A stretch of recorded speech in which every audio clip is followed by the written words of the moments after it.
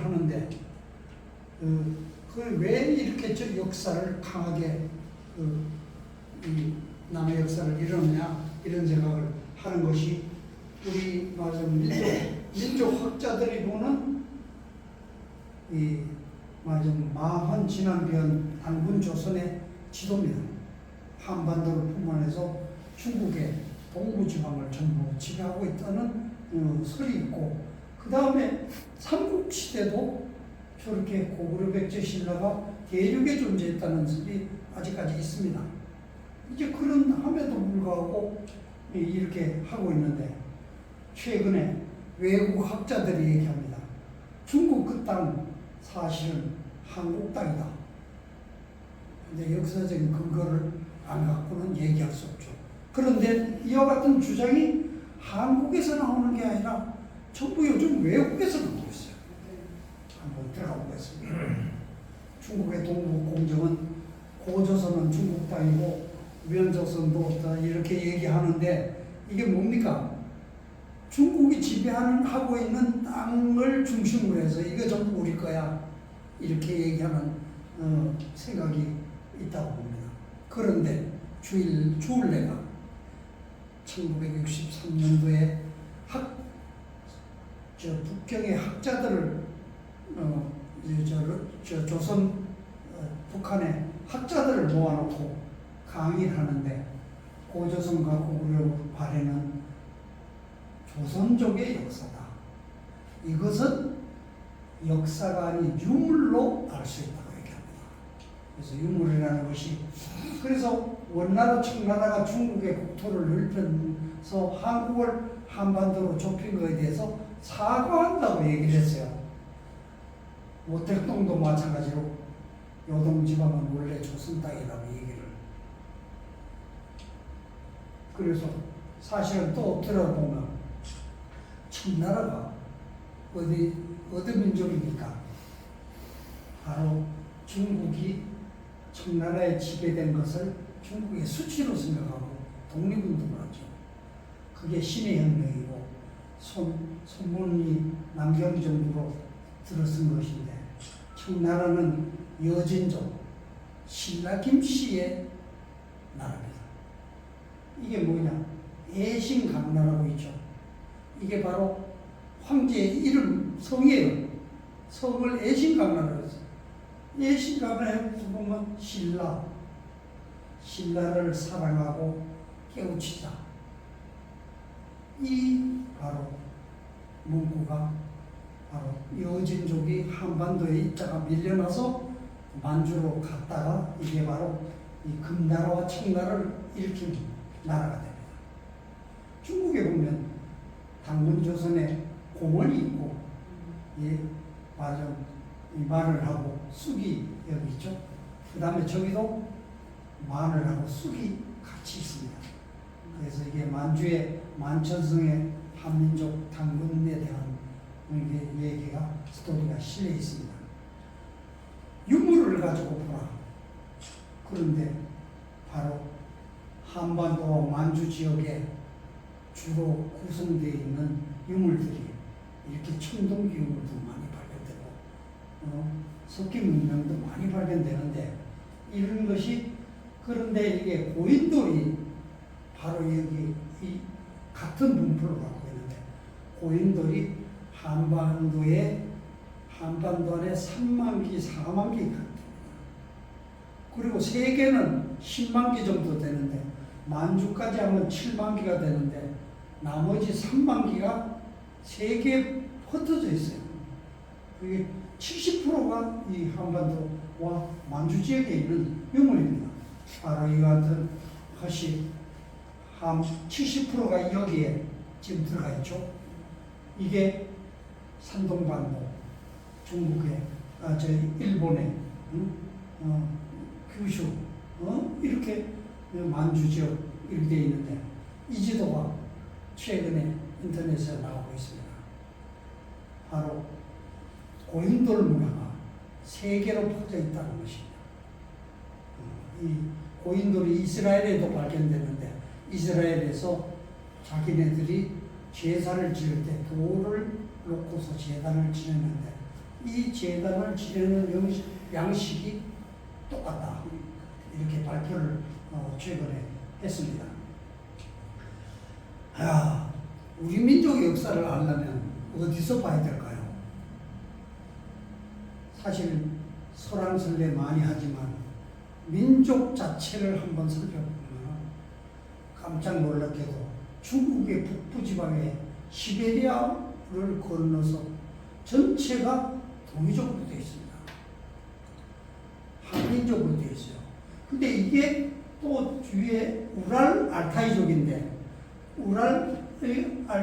우랄족이라고 되어 있는 핀란드 쪽에 오늘 저 유튜브에서 봤어요. 삼성에서 AI를 가지고 언어를 서로 분석하는데 어디가 같은 어족인가 이거를 딱 조사를 하다가 딱 나왔는데 핀란드 말이 우리말하고 99%가 같다. 그래서 어디에서 어떻게 분석이 갈라졌느냐를 따지니까 바로 이 중앙 산맥에서 이렇게 갈라졌다. 여러분 대장무리바라는 영화 아십니까? 옛날에 대장무리바라는 영화가 한창 히트했죠.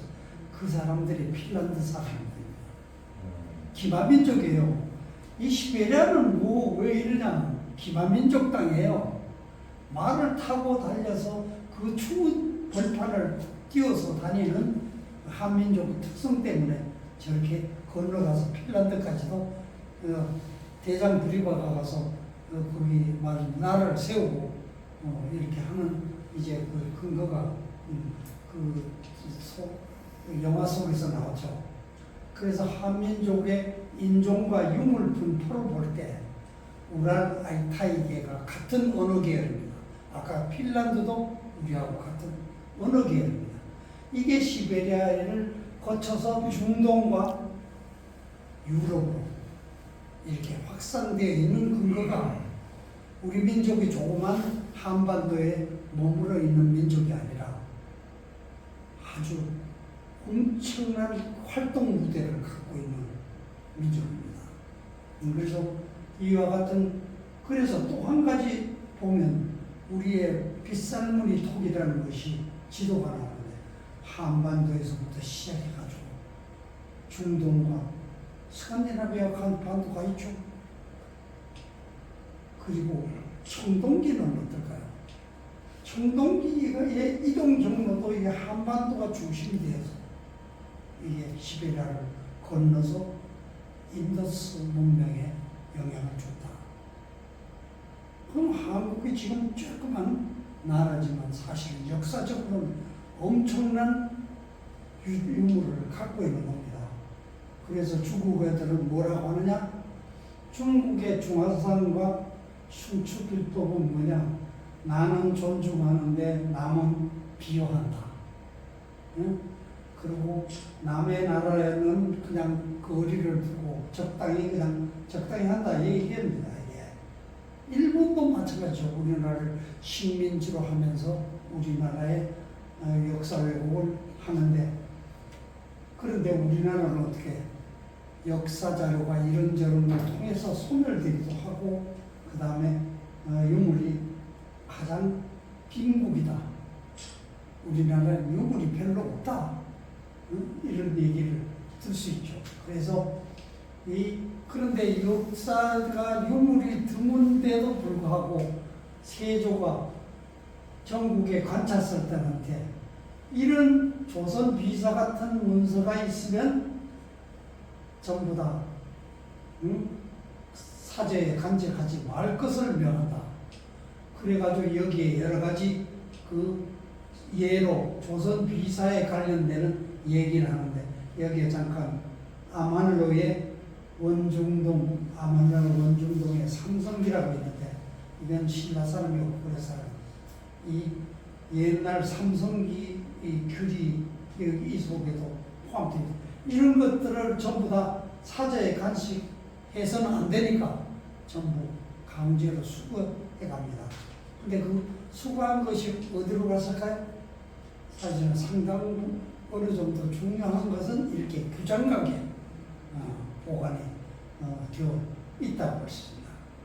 일본이 통치를 하려니까, 한반도를 통치를 하려니까 어떻게라도 역사 왜곡을 해야 된다. 그래서 너희들의 조상은 무능한 악행을 들춰내서 조상들을 경시하고 멸시하는 감정을 일으켜야 자국의 문화나 역사나 인물에 대해서 부정적인 식을 갖게 되고, 이렇게 된 다음에 위대한 일본의 역사와 인물을 소개하자. 이게 바로 우리나라의 통치 하나의 지침입니다. 이걸 통해서 뭘 만들어놔? 일본 애들이 말하자면, 일본 애들은 우리나라가 민족의식, 의병 저항, 이게 임진왜란때도 제일 강했던 것이 의병들이라는 겁니다.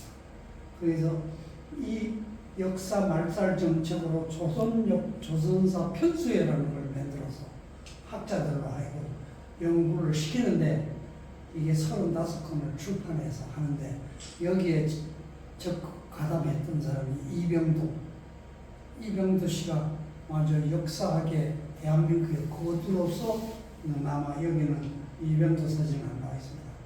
그래서 주요 내용이 뭡니까? 단군 이전에는 전부 다 신하다.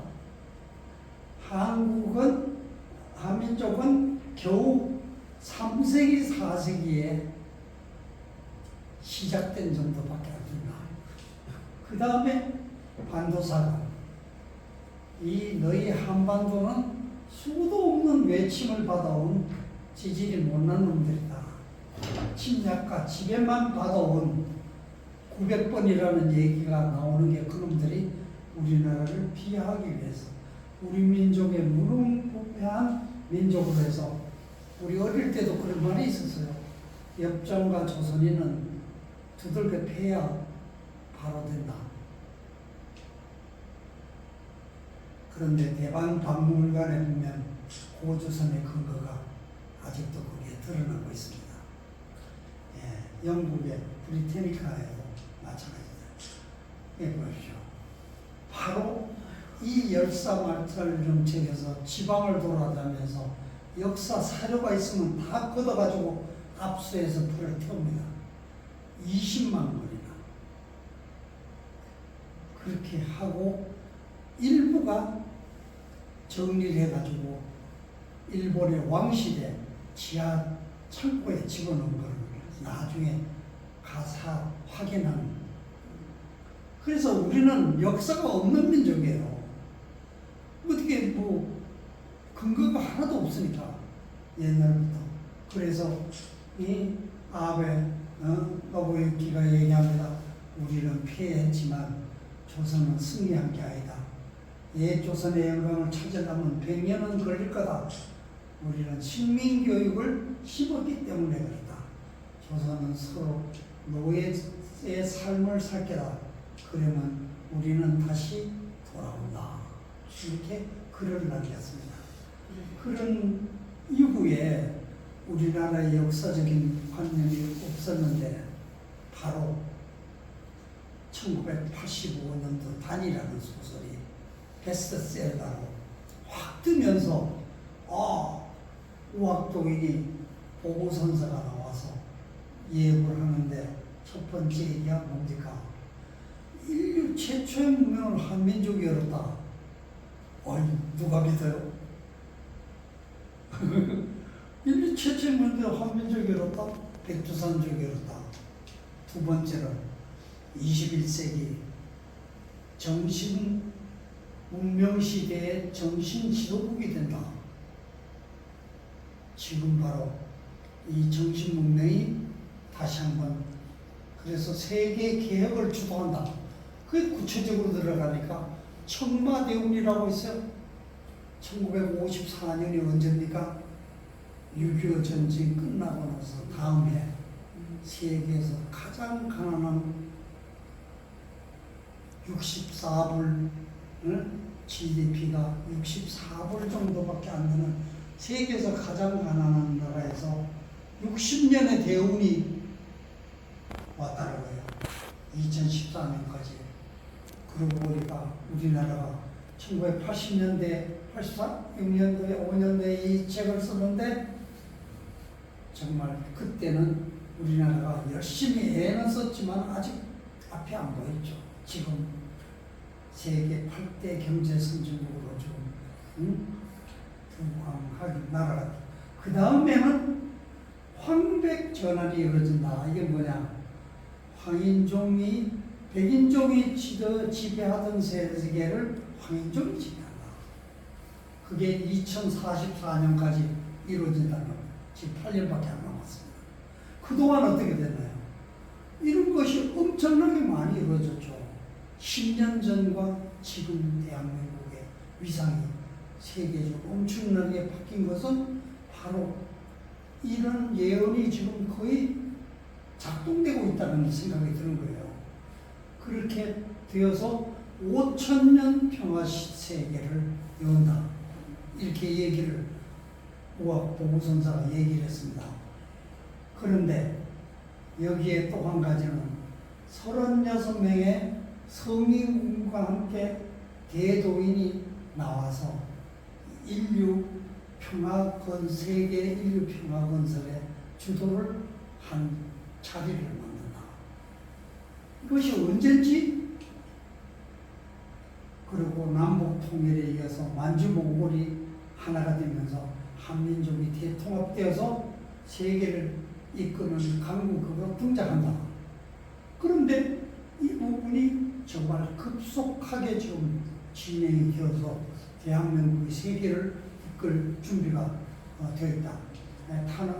그래서 이게 어째 오느냐? 제가 여러 군데 대종교에도 가서 물어보니까 언제 올지 아무도 얘기하는 사람이 없는데, 제가 추베더라고 하는 중국의 당태종 때 예언서가 60개가 있는데 그 중에 6개가 이루어지지 않고 있다가, 그 중에 첫 번째가 바로 3차 대전이고 두 번째가 하늘나라가 평화 세상을 연다는 얘기가 있는데, 그 연한이 바로 2023년부터 25년까지라고 해서 제 책에다가 25년이라는 걸 그때 책을 만들었습니다.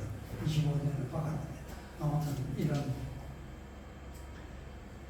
타나 스님이 한국 문제가 해결되면 세계 문제가 해결된다. 아직도 우리는 남북이 분단되고 사상의 갈등을 겪고 있는데 이것을 지나가면 바로 세계가 바로 된다는 얘기하고, 그 다음에 또 한 가지는 이 세계 중심국으로서 아담스키가 1950년대 6.25 전쟁 후에 책을 냈습니다. 바로 이 얘기를 냈는데, 세계적인 경제 선진국으로 한국이 비약을 하면서 여러 가지가 있는데, 이 중에 과학과 정신과 종교혁명이 일어나서 한국이 세계 영성 중심국이 된다. 이렇게 했는데, 그것과 함께 과학 정신이 이렇게 우리가 발전하는데, 이 얘기가 딱 나와서 한글이 재편돼서 세계어가 된다. 그런데 5년 전 생각해 보세요. 어디에도 한국의 한글이 세계어가 된다는 얘기가 없었어요. 큰 적이 없었어요. 이거는 왜 안 이루어지지? 근데 갑자기 지금 때가 되니까 확 타오르는 불꽃같이. 그래서 결국은 60억이 한글을 쓸 거다. 이게 지금 막 미국도 영국도 세계 여러 나라가, 중국은 더구나 한번 때문에 골치 아프니까 뒤집어야 된다는 느낌이 안에서 내부에서 일어나고 있다. 세계적으로 막 들끓고 있습니다. 그 다음에 이 인지학의 슈나이더라는 오스트리아의 박사가 문명의 전환기가 다가온다. 그런데 이 문명의 전환기를 이끌 민족이 필요하다. 공산주의는 70년 정도 존속하고 망한다는 얘기를 맞추면서, 그 다음에 인류 대장난기의 극동의 영성민족이 출현한다. 유대인들이 어떤 시대에 예수님이 세계를 이끄는 정신적인 혁명을 이끄는가 하면 이제 이런 극동에서 새로운 움직임의 주연으로서의 나라가 출현하는데 침략과 폭정에도 탁월한 영성을 가진 민족이 선진국에 앞서서 최강대국으로 부상하면서 정신 문명 시대를 이끈다. 이런 슈나이더 박사가 발표를 합니다. 바로 이 여러 가지 예고가 있지만 위기를 극복하고 나서 비상하는 한국이라고 해서 중국은 잘게 쪼개진다고 하고 일본은 바다에 침몰한다. 한국이 세계의 새로운 강대국으로 떠오른다는 예고가 이 한꺼번에 희망의 메시지로 떠오릅니다. 그 중에서 가장 중요한 역사적인 그 다음에 바로 1986년, 85년에 단일 소설하고 86년도에 한강고기가 세상을 때려서 또 한 번 히트를 칩니다. 이게 여러 가지 그거를 가지고 얘기를 했는데 바로 비로소 옛날에는 일부만 알려졌지만 한국에 대해서